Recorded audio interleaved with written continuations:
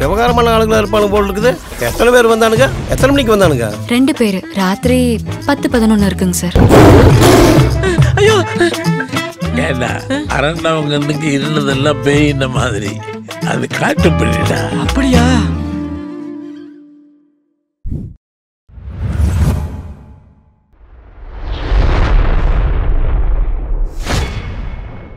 Okay, firstly open பண்ணலாம்ல. ஓப்பனாக ஒரு மூவி ரிவ்யூ. அதர் லாங்குவேஜ் ஃபிலிம்ஸ்லாம் கொஞ்சம் கான்சென்ட்ரேட் பண்ணலாமா? தமிழில் படம் அனௌன்ஸ் ஆயிடுச்சு, ஒழுங்காக இருக்கணும், யாரையும் வந்து பயிற்சிக்கூடாது, சண்டை போடக்கூடாது அப்படின்றதுக்காக கொஞ்சம் டீசெண்டாக ட்ராவல் பண்ணலாமேன்றதுனால ஆவேஷம்ன்ற ஃபஹத் ஃபாசிலோட ஒய்ஃப் தயாரித்த படத்தில் அவர் நடிச்சிருக்காரு. நமக்கு ஏற்கனவே தெரியும் ரோமாஞ்சம் டைரக்டர் தான் இந்த படம் பண்ணியிருக்காருன்னு. ஸோ 3 பசங்க காலேஜ் போகிறாங்க.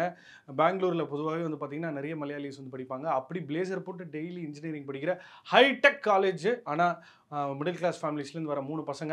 அதில் ஒரு பையன் இங்கெல்லாம் வந்து அப்படியே பயங்கரமாக நோஸ்ரிங்லாம் போட்டு, நோஸ்ரிங்காக அது சொல்லிக்கலாம், அந்த மாதிரி ஒரு வளையத்தை மாட்டியிருக்காங்க. 3 கேரக்டர்ஸ் ரொம்ப டிஸ்டிங்க்டாக கிரியேட் பண்ணியிருக்காங்க.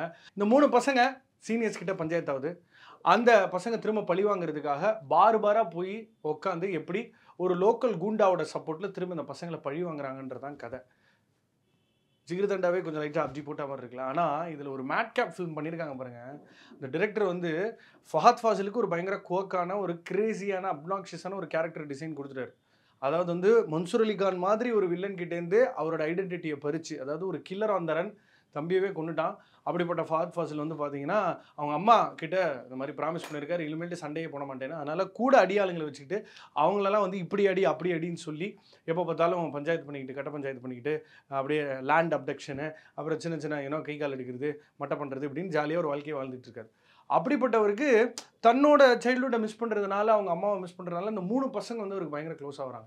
இந்த 3 பசங்களையும் படிக்க விடாமல் டெய்லி சரக்கடிக்க வச்சு, கூட உட்கார வச்சு, பாரில் பந்தா காமிச்சு, காரில் உட்கார வச்சு, ஊரை சுற்றி காமிச்சு, போகிறவனெல்லாம் அடிச்சு, அப்புறம் தான் இந்த பசங்க வந்து முடிவு பண்ணுறாங்க, ஓகே நிஜமாவே, அதாவது எப்படின்னா அழகாக டெஸ்டிங் டைம்ஸ் மாதிரி கொண்டு போகிறாங்க.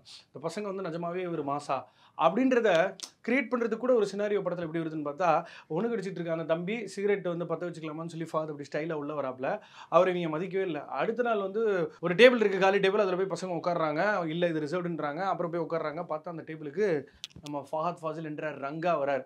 அது மட்டும் இல்லாமல் இந்த Malayalis who lived in Bangalore all their lives, அவங்களோட அந்த கனடா மிக்ஸ்ட் மலையாளம் இருக்குது தெரியுமா, அந்த புரோக்கன் கனடா வித் மலையாளம், அது அவ்வளோ அழகாக எஸ்டாப்ளிஷ் பண்ணியிருக்காங்க. இன்ஃபேக்ட் ஒரு மாஸ் சீனில் எல்லா பசங்ககிட்டே வந்து ஃபஹத் ஃபாசில், ஏய் பசங்க மேலே இவனு கை வைக்கக்கூடாது, இவனுங்க எந்து அப்படின்னு மலையாளத்தில் ஒரு வாட்டி சொல்லிட்டு, அப்புறம் பசங்களுக்கு புரியாதோ அப்படின்னு சொல்லிட்டு, காலேஜ் பசங்களுக்கு புரியாதுன்னு சொல்லிட்டு திரும்ப கன்னடத்தில் ஒரு வாட்டி சொல்லிட்டு, அதுக்கப்புறம் ஹிந்தியில் சொல்ல ஆரம்பிக்கிறார். அப்போ தான் கூட இருக்கிற ஐடியாவில் வந்து போதும் போதும். நான் ரோமாஞ்சமில் ஏற்கனவே அவர் நடிச்சிருந்தார் அம்பன்ற கதாபாத்திரத்தில். அவர் என்னடா ஃபஹதோடய இருக்கார், இப்படி பயங்கரமாக வரோம் போகிறோம்லாம் அடிச்சுக்கிட்டு. ஸோ ஒரு கிரேசியான ஃபிலிம், கிரேசியான sequence, ordinary people put in extraordinary situation. எங்கெல்லாம் வந்து இவங்க அந்த கோக்கட் சமீர் தாஹிரோட கேமரா ஒர்க்கு, இப்போ சவுண்ட் ட்ராக்கே வந்து அப்படி ஒரு இடத்துல சவுண்ட் ட்ராக்ஸ் வந்து அவ்வளோ கிரேசியாக இருக்குது. இலுமினாட்டிலாம் பாட்டு பண்ணுறாங்க என் கிரெடிட்ஸில். ஸோ ஃபஹத் ஃபாசில் படம் ஃபுல்லாக எப்போ தான் அடிக்க போகிறாரு அப்படின்ற ஒரு எதிர்பார்ப்பில் எல்லாரும் இருக்கும். ஃப்ளாஷ்பேக்கில் வந்து ஒரு கத்தி வச்சிருக்காரு, அந்த கத்தி வச்சு தான் குத்தி குத்தி கொள்றாரு எல்லாரையும். அதுக்கு ஒரு லுக்கு கொடுத்துருக்காங்க ஃபாதுக்கு.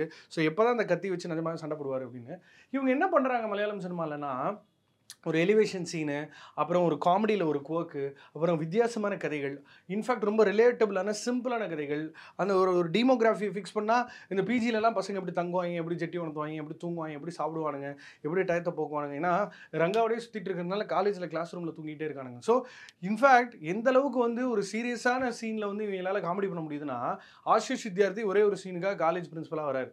அவர் வந்து இந்த 3 பசங்களோட அப்பாவுக்கு அம்மாவுக்கும் ஃபோன் பண்ணி இவங்க வந்து ரஸ்டிகேட்டட் அப்படி இப்படின்னு ஃபுல்லாக இங்கிலீஷில் பேசிடுறாரு. பார்த்தா அந்த பேரண்ட்ஸ்க்கு இவர் பேசின இங்கிலீஷ் புரியல. அதில் ஒரு பையன் வந்து அம்மா ஒன்றும் இல்லை நல்லா படிக்கணும்னு சொல்லியிருப்பார், அவள் தான் சரி நம்ம படிக்க போன ஃபோனை வைன்றான், தேட்டரே வெடிக்குது. ஸோ ஹியூமரை வந்து எவ்வளோ அழகாக அவங்களால யூட்டிலைஸ் பண்ண முடியுமோ அவ்வளோ அழகாக யூட்டிலைஸ் பண்ணியிருக்காங்க.